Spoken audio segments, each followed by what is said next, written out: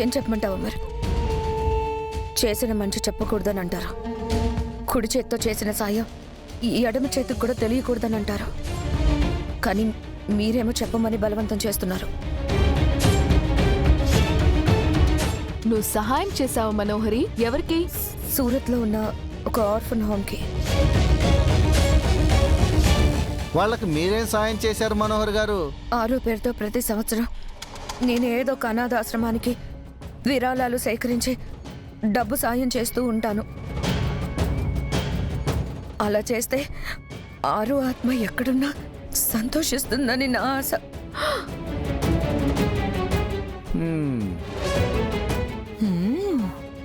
సూరత్లో ఉన్న ఒక అనాథాశ్రమం ఫండ్స్ లేక ఇబ్బంది పడుతున్నారని తెలిసి వాళ్లతో మాట్లాడాను.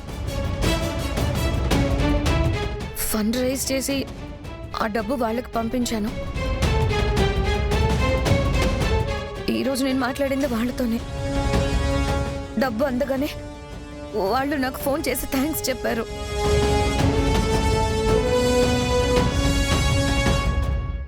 ఏం కథలు అల్లుతున్నావే? ఆరు అక్క పేరు వాడుకొని ఆయన్ని సెంటిమెంట్తో కొడుతున్నావు. నేను చేసిన అవుట్ గోయింగ్ కాల్స్ వాళ్ళకే, నాకొచ్చిన ఇన్కమింగ్ కాల్స్ కూడా వాళ్ళదే. ఆరు పుణ్యవాణి ఆశ్రమం నిలబడుతుందని వాళ్ళు నాకు కృతజ్ఞతలు చెప్పారు. ఆరు మేడని ఇంకెన్నిసార్లు వాడుకుంటావే రాక్షసి? నువ్వు మామూలు దానివి కాదు మనోహరి. ఆరు నా ఆరో ప్రాణం.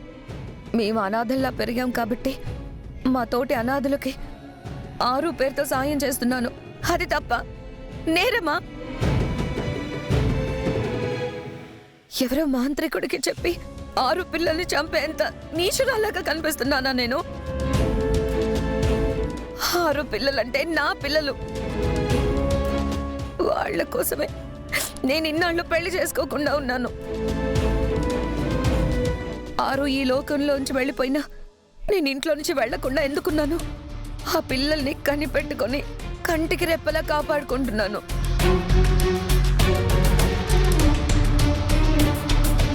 ఇంత చేస్తే నన్నే అనుమానిస్తారా? ఆరు కోసం నేను చేసిన త్యాగాన్ని గుర్తించకుండా నా మీద నిందలేస్తున్నారా? నేను ఇంట్లో ఉండడం నీకు ఇష్టం లేకపోతే చెప్పమర్, నేను వెళ్ళిపోతాను. అంతేకాని ఆరుకి నాకు ఉన్న స్నేహాన్ని అవమానించకండి ప్లీజ్.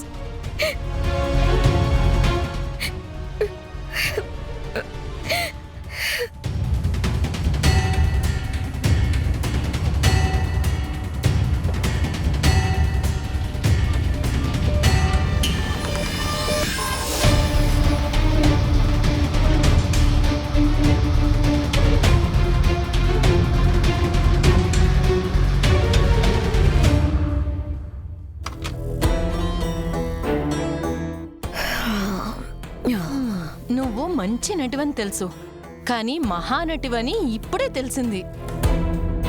హాహాహా, ఏమన్నా పర్ఫార్మెన్స్ చేసావా? నాకు మతిపోయింది.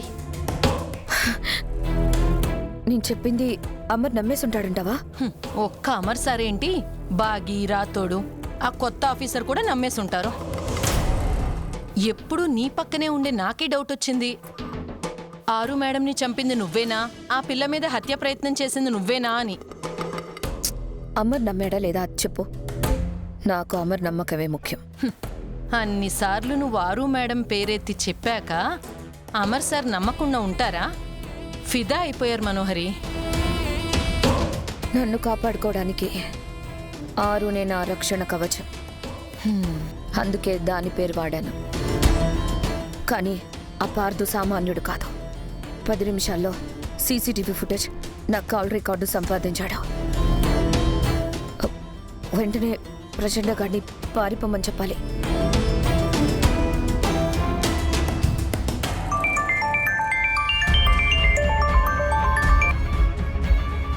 ఏంటి మనోహరి,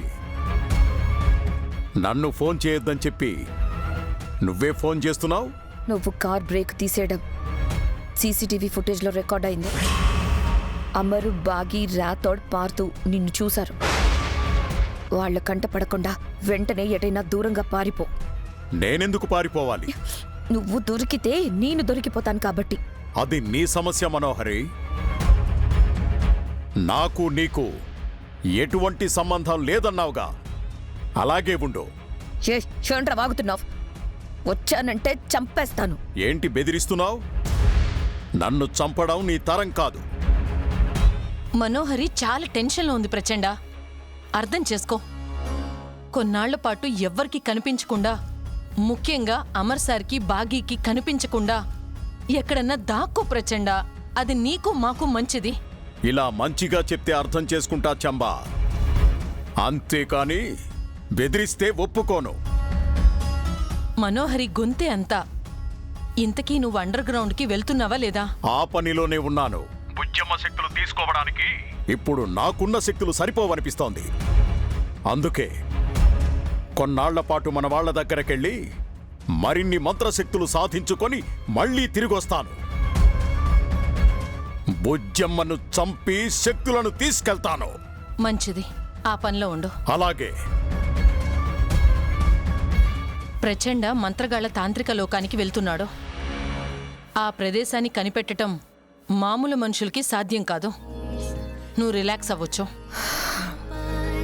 అమర్ నన్ను నమ్మాడని అంటున్నావు. ప్రచండ ప్రాబ్లము సాల్వ్ అయింది. కానీ బాగి రాతో పార్దు వాళ్ళ కళ్ళని నా మీదే ఉంటాయి. వాళ్ళనేం చేయాలి?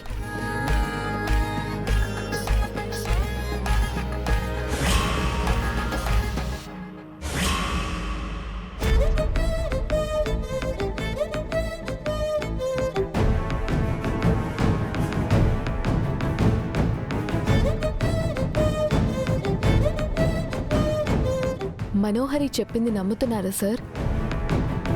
నాకెందుకో మనోహరి తప్పించుకోవడానికి మాట మార్చింది అనిపిస్తుంది. మీరు గట్టిగా అడిగితే నిజం బయటకు వస్తుంది సార్. మనోహరి ఫోన్ తీసుకొని తను ఎవరికి కాల్ చేసిందో అది నిజంగా సూరత్లో ఉన్న అనాథాశ్రమానికి కాల్ చేసిందో లేదో కనుక్కోండి సార్. నేనలా చేస్తే మనోహర్ని అనుమానించినట్లవుతుంది మిస్సమ్మ. ఆరు స్నేహాన్ని అవమానించినట్లవుతుంది మిస్సమ్మ. ఆరు మేడం స్నేహాన్ని అడ్డు పెట్టుకుని మనోహరి నాటకాలాడుతుంది. ఆ అవసరం తనకే ఉంది. నిజం చెప్పాలంటే పిల్లల్ని ఏదో చేయాలన్న ఇంటెన్షన్ మనోహరికి ఎందుకుంటుంది చెప్పు మిస్సమ్మ? తనకేంటి ప్రయోజనం?